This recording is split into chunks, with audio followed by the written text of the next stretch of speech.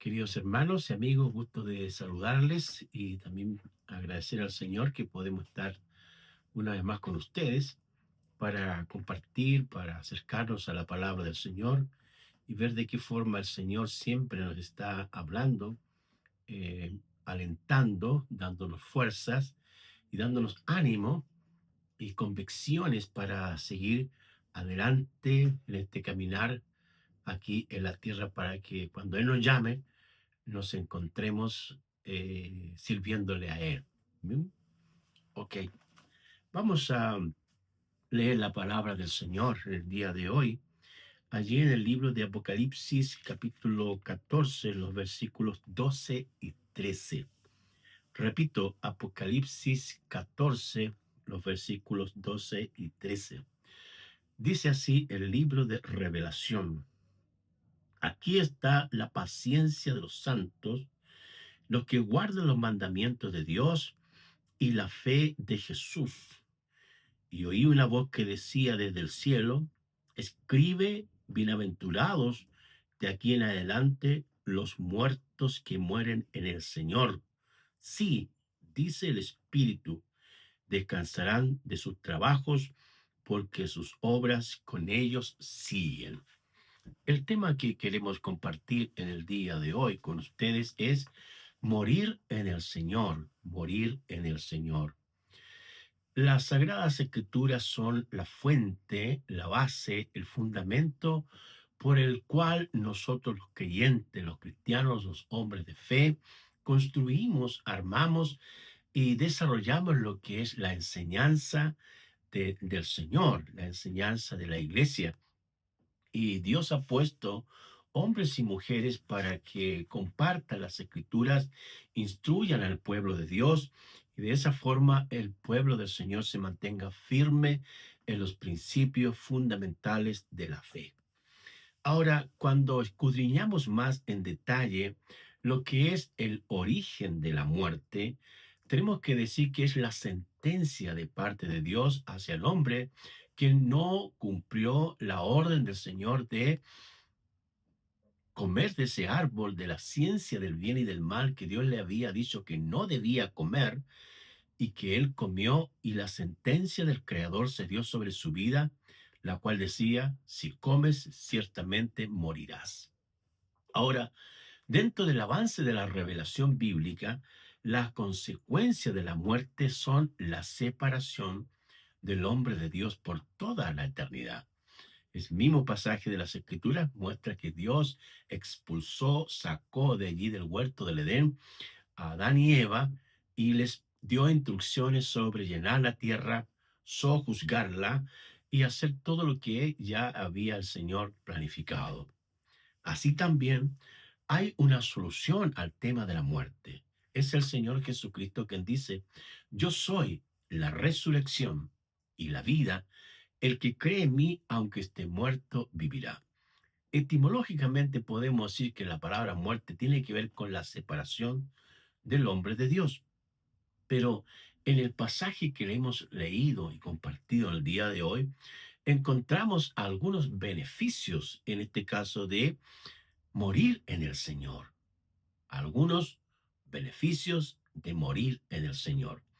En primer lugar, el apóstol Juan menciona la paciencia de los santos. La paciencia significa permanecer en el Señor. El ser cristiano, el ser creyente, no tiene que ver con algunas confesiones puntuales o acercarse al Señor cuando alguien está en aflicción o de alguna manera decir yo soy creyente, sino que tiene que ver con permanecer constantemente en el Señor. Además se menciona los que guardan los mandamientos de Dios. Guardar las escrituras tiene que ver con depositar la palabra del Señor en nuestro corazón, en nuestra alma y en nuestro espíritu para obedecerlos. La Sagrada Escritura dice que los que guardan los mandamientos de Dios son santos, justos y buenos. Cada mandamiento del Señor, cada principio normativo y ético de Dios es benéfico, santo, perfecto para nuestras vidas. Por otro lado, el autor Moisés, allá en la revelación de Deuteronomio, él escribe acerca de que los mandamientos del Señor son para nuestro bien, o sea, para el bien de las personas. Además, revelan el carácter de Dios, su santidad, su fidelidad, su verdad y su amor. Eso significa que cada vez que ponemos en ejercicio o practicamos los principios normativos del Señor, los únicos beneficiados, los únicos que tendrán una vida saludable, una vida abundante, son aquellos que los obedecen. Muestran el camino correcto del Señor y se cumplen motivados por el amor. Entonces, cuando hablamos de la paciencia de los santos o la paciencia de los creyentes en cuanto a los mandamientos del Señor, Dios quiere que seamos obedientes, que escuchemos su palabra, que tengamos nuestros oídos bien abiertos y no que cerremos nuestro corazón y vivamos la vida como se nos da la gana, como se dice. En segundo lugar, está escuchar la voz de Dios. El versículo 13 de Apocalipsis 14 dice, oí una voz que desde el cielo me decía.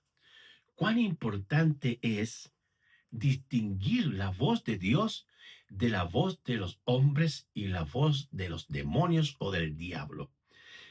El apóstol Juan pone énfasis en que él escuchó y oyó la voz de Dios cuando Dios le habló al hombre. Y hay muchos ejemplos en Sagradas Escrituras donde Dios constantemente o en forma reiterada le estuvo hablando a los hombres para mostrarles sus planes, sus propósitos y de esa forma trabajar junto con ellos en llevar su bondad y misericordia a quienes irían a escuchar su palabra. Por otro lado, podemos decir que cuando Dios le habla al hombre, hay un acto de amor, un propósito y de dirección. Es Dios quien siempre ha tomado la iniciativa. En Hebreos capítulo 1 dice, Dios ha hablado muchas veces y de diferentes maneras. Hoy nos ha hablado por el Hijo, a quien constituyó heredero de todo y por quien hizo el universo. Entonces hoy día hay que escuchar a Jesús. Cuando el Señor fue bautizado, se escuchó una voz desde los cielos que decía, este es mi Hijo amado, a él oír, a él oír. ¿Cuánta gente hoy día escucha a los hombres, escucha a religiosos, escucha a políticos, escucha a diferentes tipos de personas que tienen diferentes mensajes y contenidos?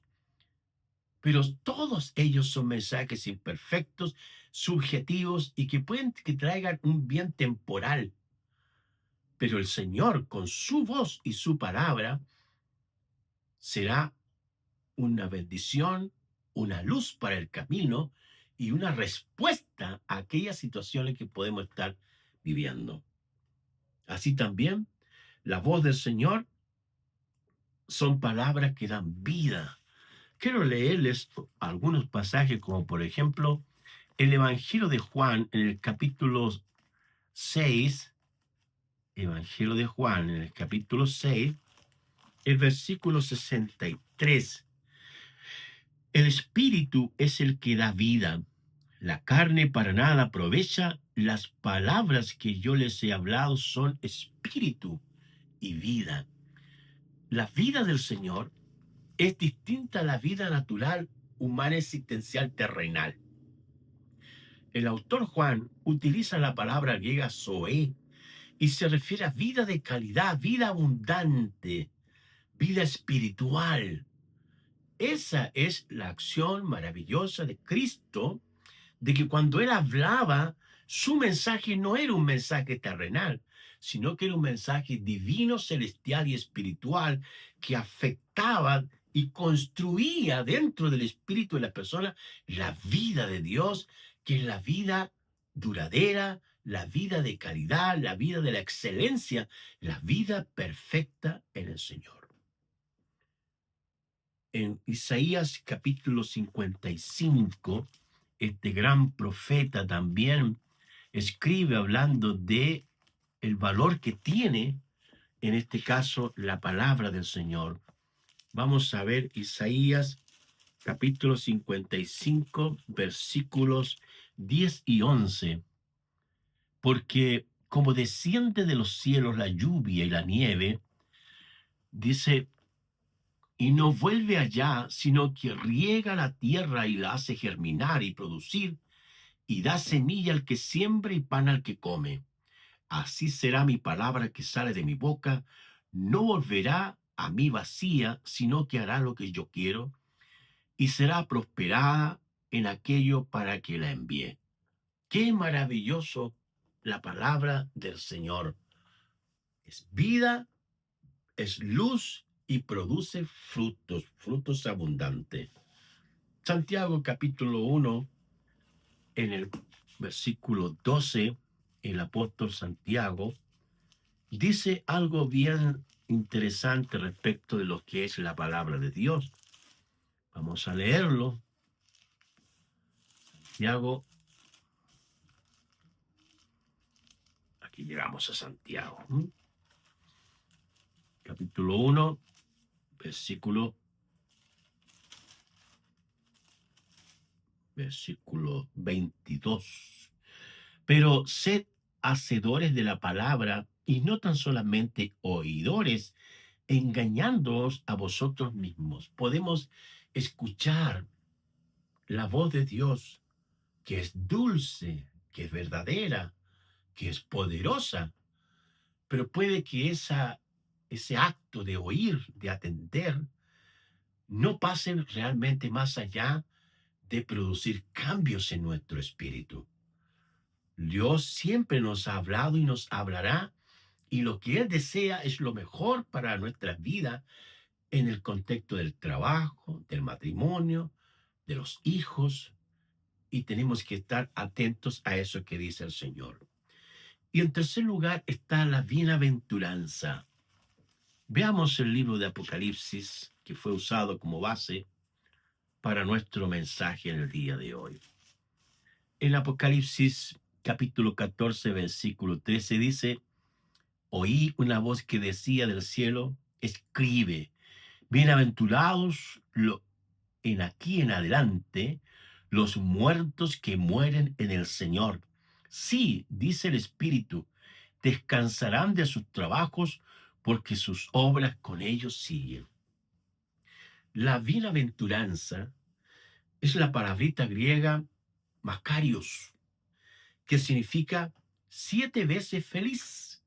Es parte de los vocablos que el Señor Jesús usó allí en Mateo capítulo 5, cuando él dijo, bienaventurados los pobres en espíritu, bienaventurados los que lloran, bienaventurados los que tienen hambre y sed de justicia, bienaventurados los mansos, y así definió cada una de las bienaventuranzas, y aquí notamos nuevamente que el Señor está hablando a través del apóstol Juan, pero en otro libro final de la revelación de Dios y en el proyecto del plan del Señor, añade esta bienaventuranza que significa morir en el Señor, morir con Cristo. Esa es la máxima de la felicidad en el Señor. Hoy día, muchas personas intentan a través de diferentes métodos y técnicas de la medicina humana natural y también folclórica o también cultural de los pueblos antiguos, buscando salud para sus vidas. Pero quiero decirle que el hombre no puede añadir más allá de la vida que Dios le tiene determinada. No podemos pretender extender la vida más allá de lo que Dios ha decidido. Es Dios el que decide ponerle fin a la vida terrenal de los hombres o de las personas. Y en ese sentido, el creyente, con la luz de la palabra, con el mensaje bíblico, podemos decir que el Señor añade que hay una máxima felicidad, hay una dicha en el Señor de morir en el Señor, en Cristo Jesús. Es decir, aquella paciencia de los santos, aquella permanencia que debemos tener en Cristo Jesús, se culminará con una máxima felicidad que es morir en el Señor. Algunos ejemplos que la Sagrada Escritura nos muestra de hombres que fueron fieles al Señor y se mantuvieron con sus convicciones y no tuvieron miedo a las cosas que pasaban a su alrededor, sino que su fe se mantuvo firme hasta el final de sus días. Tenemos a Esteban, allí en Hechos 7, 59, 60. Habla de que él, frente a los hombres que lo estaban apedreando por haber hablado de Jesús como el Mesías prometido, él dice: Padre, perdónalos porque no saben lo que hacen. Y entregó su espíritu al Señor.